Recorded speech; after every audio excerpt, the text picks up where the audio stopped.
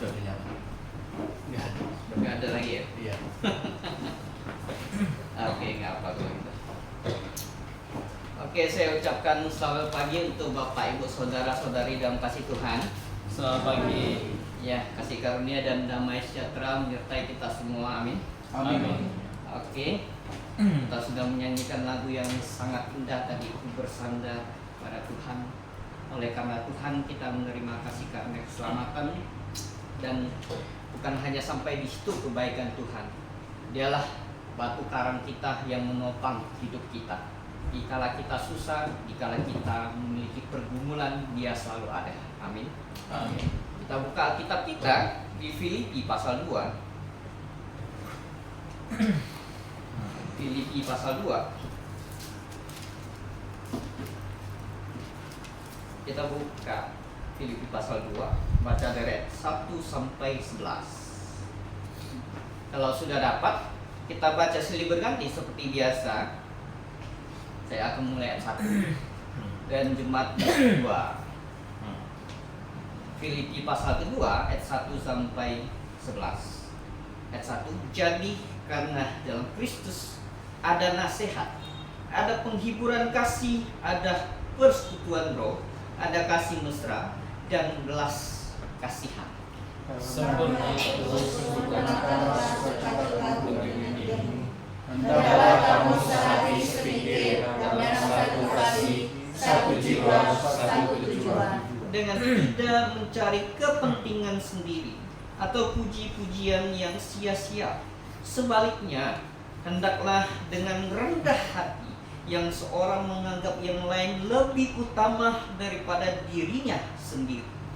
Dan janganlah tiap-tiap orang hanya memperhatikan kepentingannya sendiri, tetapi kepentingan orang lain juga. Hendaklah kamu dalam hidupmu bersama menaruh pikiran dan perasaan yang terdapat juga dalam Kristus Yesus, Yang walaupun dalam rupa Allah tidak menganggap kesetaraan dengan Allah itu sebagai milik yang harus dipertahankan, melainkan telah mengosongkan dirinya sendiri dan mengambil rupa seorang hamba dan menjadi sama dengan manusia. dan pada keadaan sebagai manusia Ia telah merendahkan dirinya dan taat sampai mati, bahkan sampai mati di kayu salib. Itulah sebabnya Allah sangat meninggikan Dia dan mengaruniakan kepadanya nama di atas segala nama, Supaya dalam nama Yesus bertekuk lutut segala yang ada di langit dan yang ada di atas bumi dan yang ada di bawah bumi, dan segala lidah mengaku Yesus Kristus adalah Tuhan, bagi kemuliaan Allah Bapa. Minta kesediaan Pak Hansen pimpinan. Mari kita berdoa. Bapa di surga, sebentar lagi kami akan mendengarkan tentang firman-Mu. Kiranya firman-Mu ini dapat membuat kami semakin mengerti, semakin dewasa, sehingga iman kami semakin bertumbuh. Dan kami berdoa untuk hamba-Mu yang akan menyampaikan firman, kiranya diberkati supaya firman ini dapat disampaikan menurut kehendak. Dan berkati juga jemaat-Mu agar dapat menerimanya dengan baik. Terima kasih Bapa di surga, di dalam nama Yesus dan mengucap syukur. Amin. Amin. Oke, Bapak Ibu sekalian. Nah, kira-kira di sini ada yang saling membenci di sini? Nggak ada. Jujur ini dalam hati. Apakah ada yang benci Pak Tommy atau saya di sini? Nggak ada. Puji Tuhan. Nggak ada. Tentu semua jemaat menginginkan yang namanya persatuan. Amin. Menginginkan persatuan. Tetapi persatuan itu bukan hanya sekedar persatuan fisik ya. Kalau persatuan fisik itu kawin. Kawin. Tapi dalam jemaat ada persatuan yang lebih ya, yang lebih di dalam. Makanya ada yang namanya pertemuan jemaat. Di dalam pertemuan jemaat itu dihasilkanlah yang namanya persatuan rohani. Nah, kali ini kita akan belajar bagaimana ya, rahasia persatuan spiritual itu dapat terjadi. Jadi tema renungan kita adalah rahasia persatuan spiritual. Jadi kita bisa lihat hubungan antara Rasul Paulus dan juga jemaat Filipi dapat menggambarkan itu. Dan dalam suratnya ini diberitahukan bagaimana caranya jemaat itu bisa bersatu secara rohani. Nah, ayat 11. Coba kita baca ayat 11. Jadi saya lengkap agak jauh terakhir. Dan segala lidah mengaku Yesus Kristus adalah Tuhan bagi kemuliaan Allah Bapa. Resep pertama bagaimana jemaat itu bisa bersatu secara rohani adalah memiliki pengakuan yang sama atau kesatuan doktrin. Ini penting. Ini dasar dari jemaat itu bisa bersatu secara rohani adalah punya kesatuan doktrin, punya pengakuan iman yang sama, ya, punya pengakuan iman yang sama. Kalau pengakuan imannya beda-beda, misalnya ada yang datang ke sini, ada yang percaya Yesus, misalnya, tetapi rupanya ada yang percaya Yesus, tetapi percaya yang lain juga, misalnya percaya sungguh lah segala macam. Dia nggak percaya Yesus doang. Itu kan tidak satu pengakuan iman, ya, tidak satu pengakuan iman. Atau dia katanya Kristen di sini, ada di dalam jemaat ini, tetapi misalnya masih pergi ke kelenteng, ya, pergi ke kelenteng sembahyang misalnya di Kuat Im atau Muda Julai ya, pergi sembahyang juga itu apa, minta nomor misalnya. Itu kan tidak satu pengakuan iman. Atau yang lain misalnya, saya lihat kan di daerah-daerah banyak, saya sering ke daerah-daerah, ada yang Kristen misalnya, katanya Kristen, tetapi habis kebaktian atau hari-hari lain nanti pergi ke Gunung Kawi, ya, di Sebangki kan ada beberapa bukit ya, jadi lucu. Di bukit itu kan ada kuburan kakek dia lah, nenek dia lah, buyut dia lah, segala macam di kuburan itu. Kadang-kadang saya lihat tuh, saya naik kan kadang-kadang mau cari buah, ya, mau cari buah entah buah durian kah, buah nangka. Ketemu tuh kuburan, di kuburan ada sesajian, ada ayam, tapi besoknya hilang. Nah, di Batu Layang juga ada tuh yang kayak begitu, Batu Layang. Kan kadang-kadang kita lihat kalau yang kaya-kaya tuh biasanya ayamnya ditinggal, besoknya hilang ayamnya. Yang agak ini buahnya aja ditinggal, besoknya buahnya hilang. Biasanya begitu. Kita jangan sampai ada di antara kita yang masih begitu. Jadi tidak satu pengakuan iman. Itu sangat sulit untuk bersatu secara rohani. Karena rohnya rupanya ada yang punya dua roh di dalamnya. Sedangkan Tuhan tuh menginginkan kita tuh satu roh. Tapi rupanya di antara jemaat kita ada yang punya iman yang berbeda. Jangan sampai demikian. Kita nih baptis, gereja atau kekristenan itu banyak sekali denominasi. Ada yang karismatik, ada yang Calvinis, segala macam. Punya pengakuan iman yang berbeda-beda. Tidak sama. Tidak semua gereja itu sama. Ya. Ada Katolik, Protestan lagi. Itu berbeda dengan kita. Kita tidak punya pengakuan iman yang sama dengan mereka. Jangan samakan kita dengan mereka. Ya. Jangan berpikir kita ini Protestan. Banyak orang di luar sana dan beberapa orang Baptis juga yang kurang paham gitu, mengira dia itu keluaran dari dari Protestan. Ya. Mereka itu timbulnya dari masa reformasi. Nah, itu kesalahan gitu. Kita sudah ada sebelum reformasi ada. Saya bisa sebutkan banyak sekali tokoh Baptis, orang-orang Baptis ya, orang-orang Baptis sebelum reformasi bisa sebutkan, bisa sangat banyak. Konstantin bukan Konstantin yang kaisar ya, ini Konstantin Silvanus. yang memprakarsai gerakan Paulisian. Kenapa disebut Paulisian ya? Itu kan abad 10 ya, 900-an. Dia ketemu satu diaken.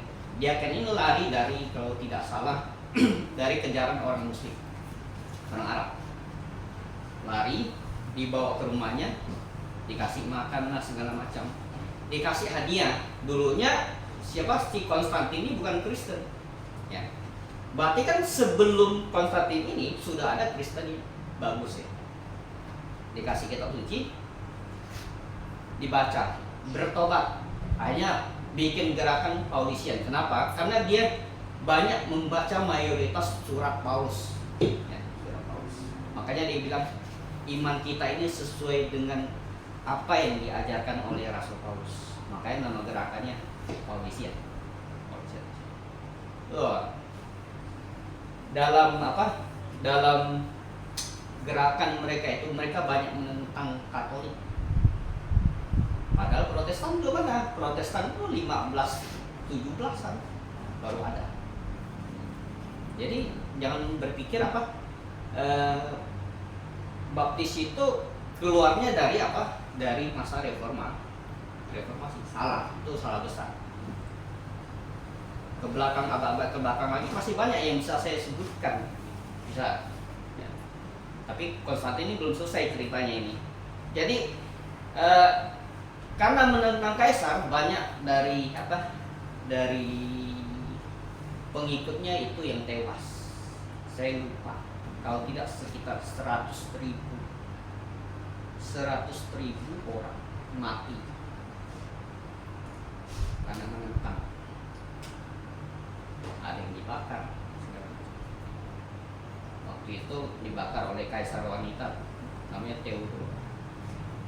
Jadi banyak pejuang iman yang sebelum Protestan itu sudah ada, dan saya yakin mereka lah leluhur iman kita.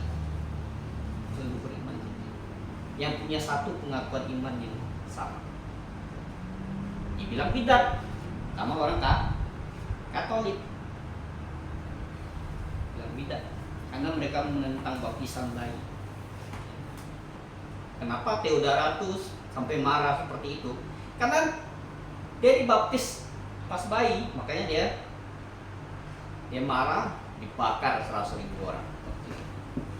Bayangkan, demi untuk satu pengakuan iman, demi untuk pengakuan iman yang sesuai dengan kitab suci, sesuai dengan ajaran kitab suci yang benar, itu korban melayang, kepala melayang.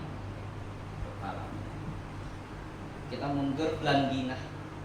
Tahu Blandina itu, saya lupa, itu abad-abad awal di Prancis.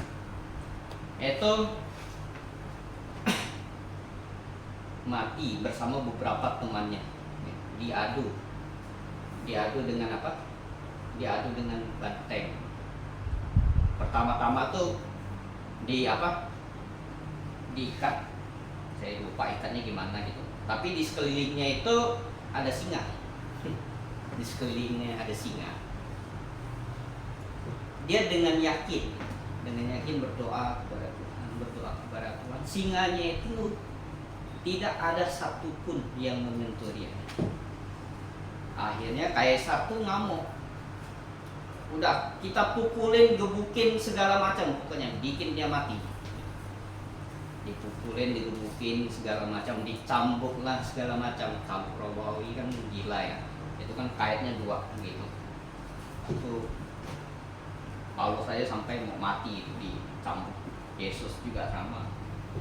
Waktu dicambuk oleh Roma, dicambuk sampai mau mati, akhirnya dilempar ke banteng. Dilempar ke banteng, diseruduk, mati ya. Ceritanya seperti itu. Seorang perempuan. Jadi jangan bilang ya, perempuan tuh nggak bisa apa-apa. Tuh satu bukti, namanya Blandina, dia bisa ngapa-ngapain tuh. Akhirnya imannya itu terdengar sampai kemana-mana, dan banyak orang itu menjadi Kristen gara-gara wanita ini. Dan temannya ada satu lagi, saya lupa, masih muda, 15 tahun, 15 tahun jadi martir. Satu tongkrongan orang di Lyon, ya, Prancis, itu mengorbankan kepala, mengorbankan nyawa untuk jadi Kristen yang benar. Dan saya percaya mereka lah nenek moyang kelompok baptis. Saya bisa tarik panjang sekali sejarah baptis. Tapi kalau kita bahas itu, kita jadi itu pembelajaran sejarah baptis ya. Jadi 1 semester kita belajar sejarah baptis. Harrison udah pusing karena Pak, ini saya kuliah lagi Pak. Di situ. Jadi bagaimana memiliki persatuan rohani? Nah, caranya adalah memiliki kesatuan doktrin di dalamnya, kesatuan pengakuan iman. Nggak boleh itu. Saya percaya Yesus tapi ditambah dengan baptis misalnya. Saya sudah dibaptis sejak bayi. Ya nggak perlu lagi lah saya dengar kamu ngoceh tentang Injil. Itu kan kebanyakan saya ketemu tuh orang Protestan tuh kayak begitu. Ya. Nah, boleh benci saya, ini kan masih YouTube nih. Ya. Memang begitu, saya ketemu banyak orang Protestan seperti itu. Ya. Ketemu mereka, Injili mereka, Pak, Bapak Kristennya sudah berapa lama? Enak benar dia ngomong, mentang-mentang. Nggak tahu ya kenapa mereka bisa tahu saya Cina ya. Padahal banyak yang ketipu, ya, banyak yang ketipu. Lihat muka saya tuh, dikira saya bukan Cina, ya. Mereka tahu saya Cina, maka tahu dulunya saya bukan Kristen, pasti bukan Kristen, ya. Tanya, saya ketemu orang Ambon, satu orang Ambon, Pak, Bapak nih Kristen itu sudah berapa lama? Memangnya kenapa? Kalau saya tuh sudah dari lahir, maksudnya sudah dibaptis dari bayi. Dia Kristen sudah dari gimana ceritanya dia Kristen dari apa? Dari lahir tuh gimana ceritanya?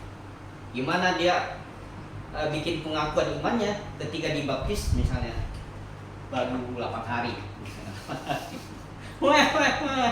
Gimana pendetanya bilang gimana? Misalnya siapa? Budi, kamu sudah percaya Yesus? Oh iya dibaptis. Mungkin gitu kali.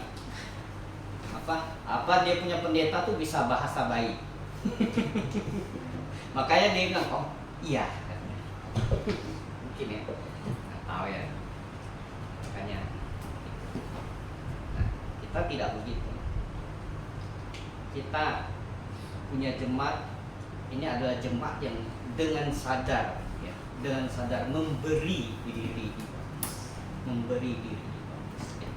dengan pengakuan iman yang benar, bukan hanya masalah keselamatan, doktrin-doktrin yang lainnya juga selaras.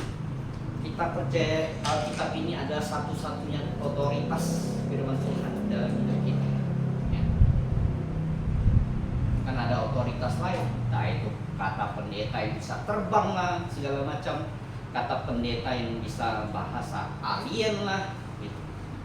Atau kata pendeta yang umurnya sudah 80-an lah gitu. Kalau dia menyimpang dari firman Tuhan, ya kita bilang dia sesat. Karena tolak ukur kebenaran kita satu-satunya hanyalah ini, baik itu doktrin maupun praktek hidup. Nah banyak orang tuh doktrinnya sesuai Alkitab, praktek hidupnya kadang mau ikut, kadang nggak ikut.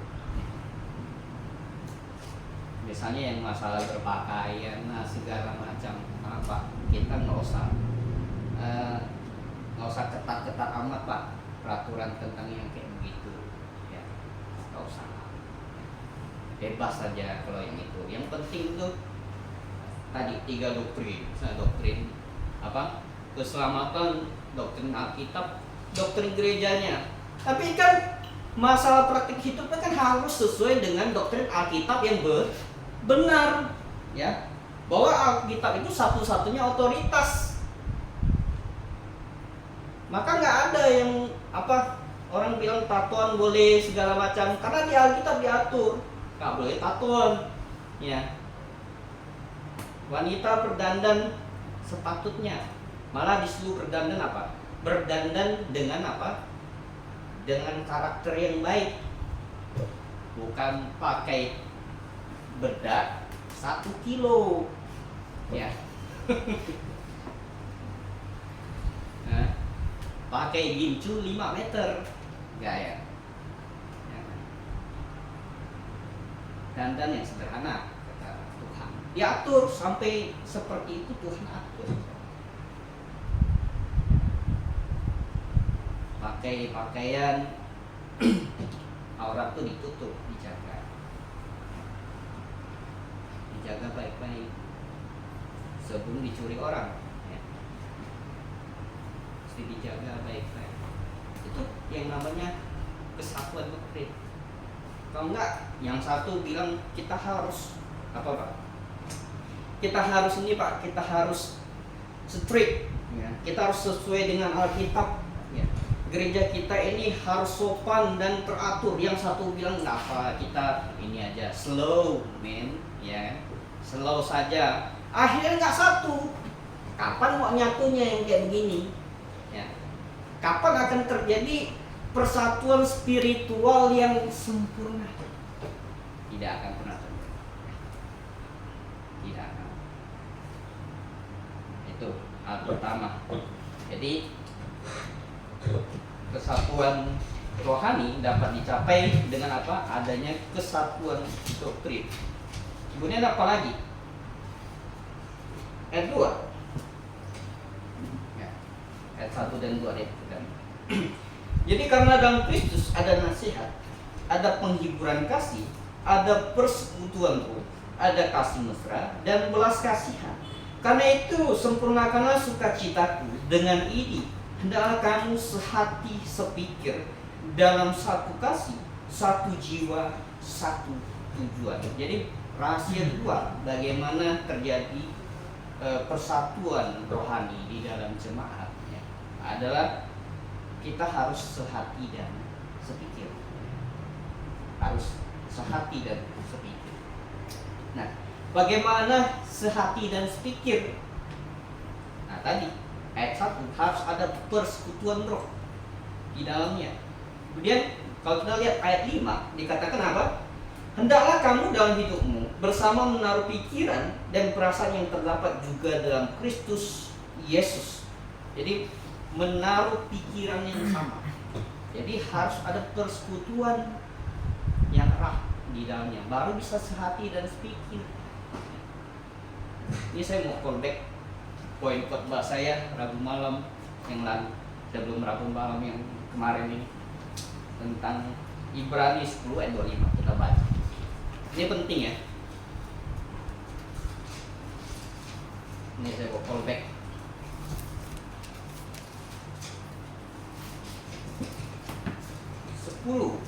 Ayat 25 dikatakan, janganlah kita menjauhkan diri dari pertemuan-pertemuan.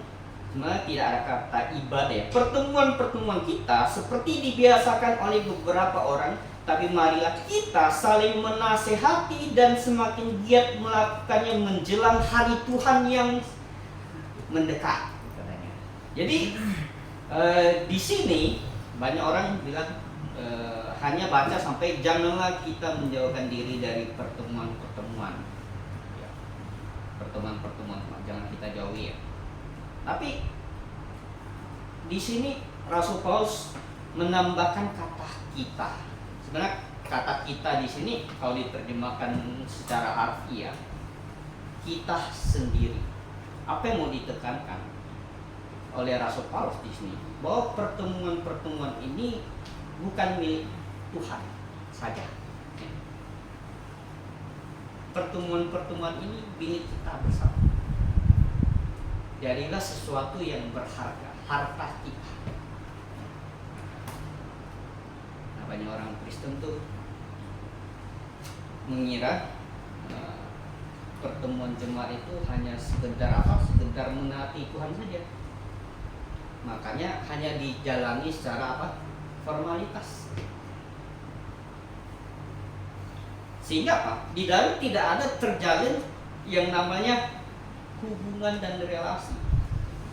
Hampa, kosong di dalam. Karena tidak merasa memiliki waktu-waktu di dalam pertemuan jemaat itu. Makanya di Grafe kan apa? Di Grafe ada kebaktian doa Rabu malam ya. Itu Pak Tommy beberapa kali beritahu bahwa saya juga menyaksikan gitu. Jemaat misal jumlahnya segini, yang datang kebaktian doa Rabu malam itu nggak tahu berapa persen, nggak sampai 50%, nggak sampai setengah. Sampai setengah. Tambah lagi di Grafe itu banyak yang mahasiswa. Mahasiswa kan wajib datang. Anak panti juga diwajibkan dong. Orang kau tinggal di sana tak datang kan papi dari bawah dong. Besar lagi badannya. Baktian, kebaktian. Naik semua anak-anak. Ya, mana bisa?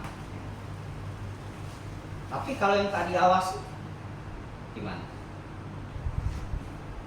Tak diawasi, tak disuruh, tak dinasehati,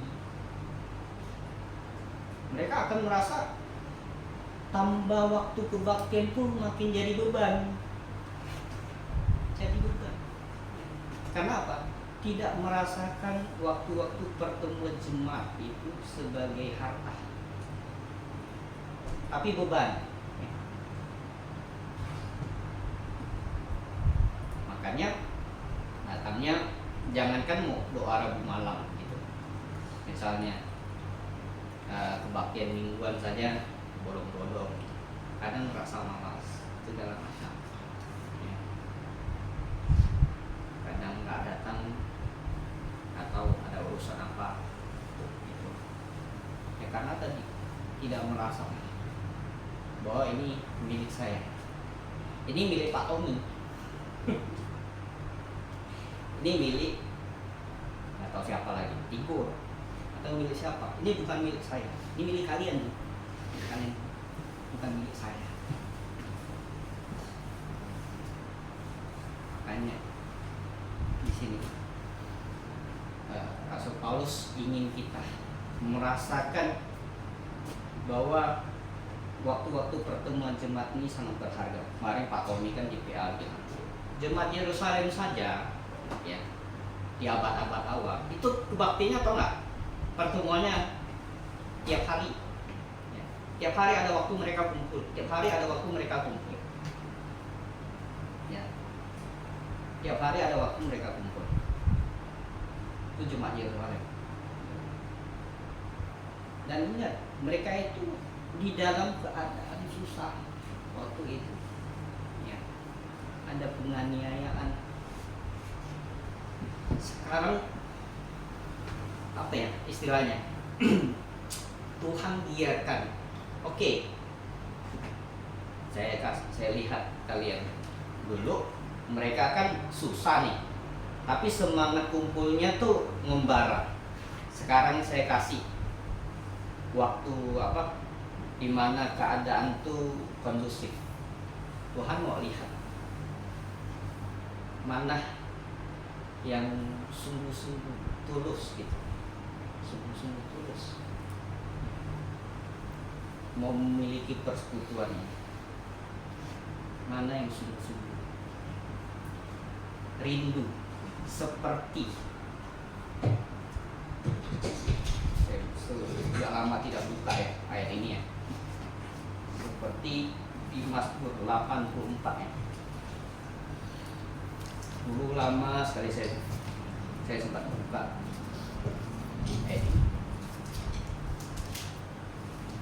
ini juga sempat jadi lagu karismatik ya, masih jadi lagu karismatik. Jadi liriknya diambil dari Mazmur 84 ayat 11. Dikatakan apa? Sebab lebih baik satu hari di pelataran daripada 1000 hari di tempat lain.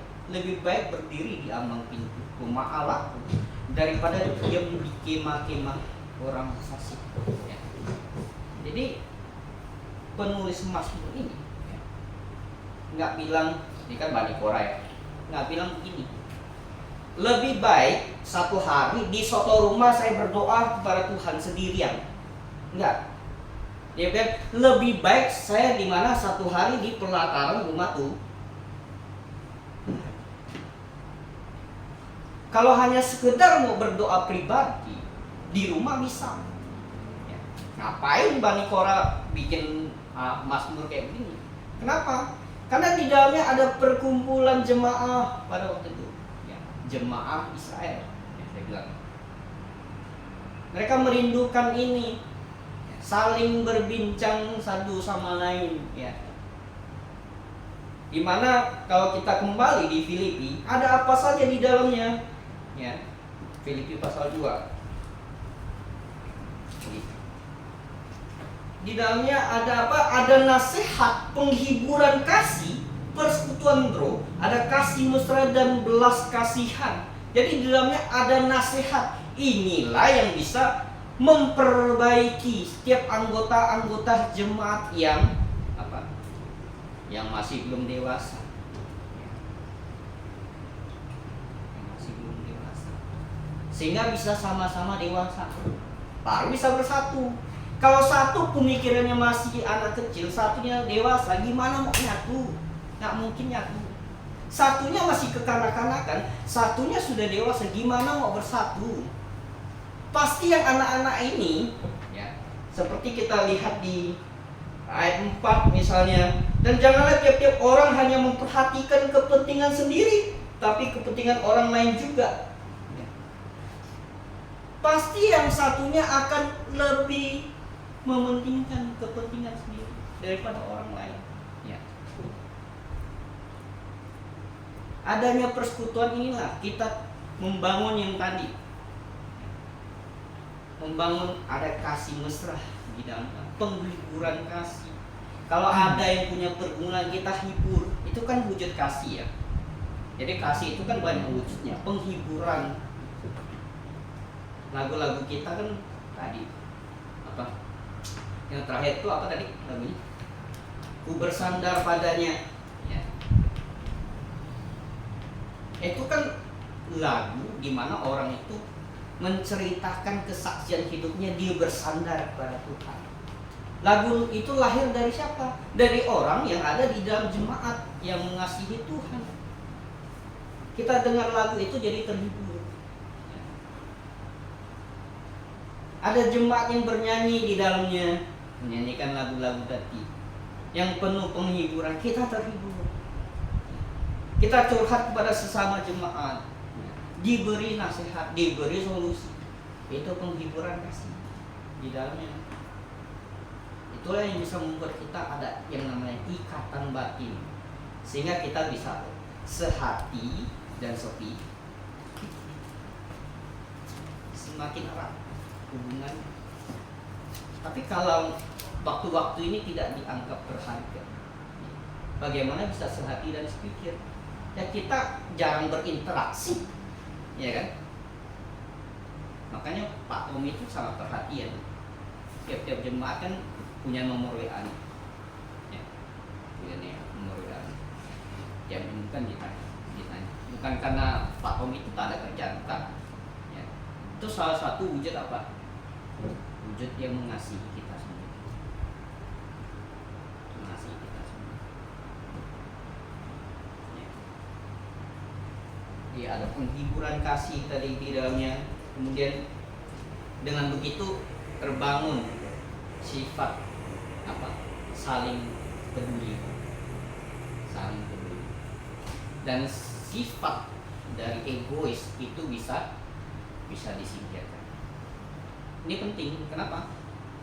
Egois ini kan sifat yang buruk.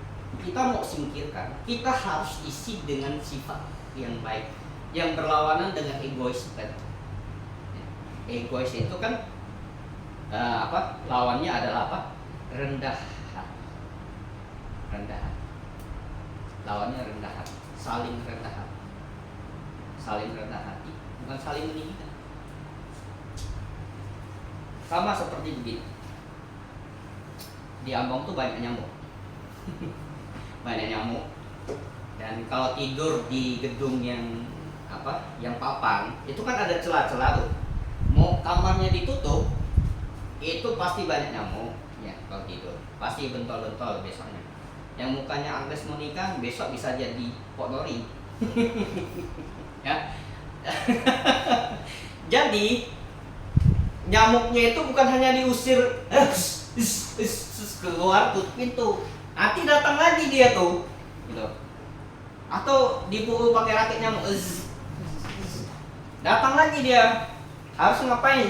Pasang obat nyamuk ya, itu ada lawannya baru bisa tidur dengan enak. Sama sifat yang buruk itu harus dilawan dengan sifat yang baik atau kebiasaan yang baik. Tanamkan, isi dalam diri kita kebiasaan yang baik. Dengan begitu maka ada persatuan di dalam jemaat. Jemaat itu tidak akan bisa bersatu kalau ada karakter egois di dalam. Kita harus saling rendah hati seperti Kristus yang rendah hati ya. Yang rela mengosongkan diri, meninggal katanya, menjadi manusia, mati bagi kita. Makanya Tuhan tuh bisa nasihati kita gitu, nasihati kita supaya apa? Janganlah engkau meninggikan diri. Orang yang meninggikan diri akan direndahkan. Engkau harus merendahkan diri, baru Tuhan akan meninggikan engkau. Tuhan bisa bilang gitu, bisa nasihati seperti itu. Karena dia sudah beri teladan yang tidak bisa dilakukan siapapun. Standar Tuhan, teladan tentang merendahkan diri sudah Tuhan berikan standar. Sekarang kita tuh lagi memanjat untuk mengejar itu, walaupun mustahil. Jadi harus begitu. Nanti sekarang sih masih aman ya. Tadi saya bilang kondusif. Saya tadi baru lihat di berita itu Detik.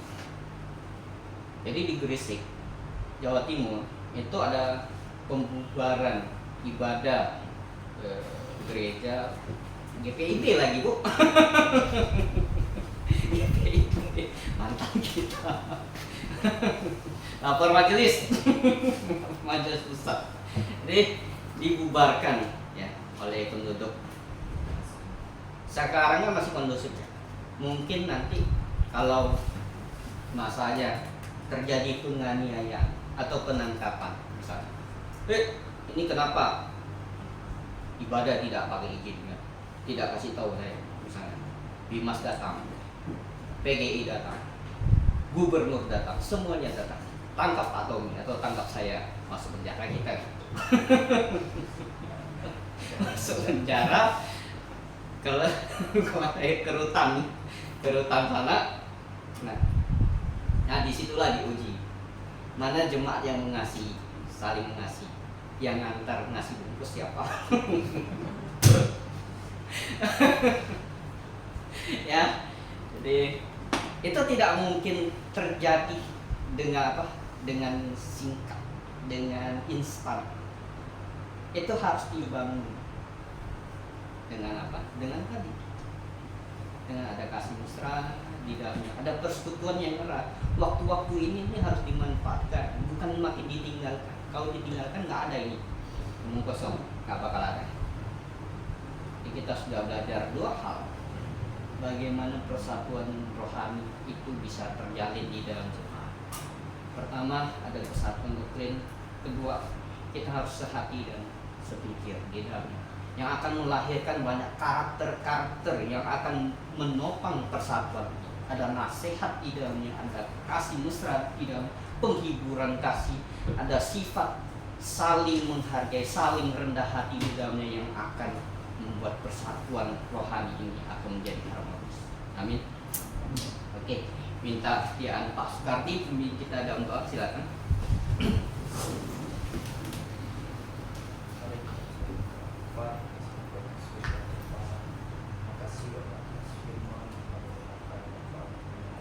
Firman ini dapat mengajar kami Bapak menjadi dewasa lagi Bapak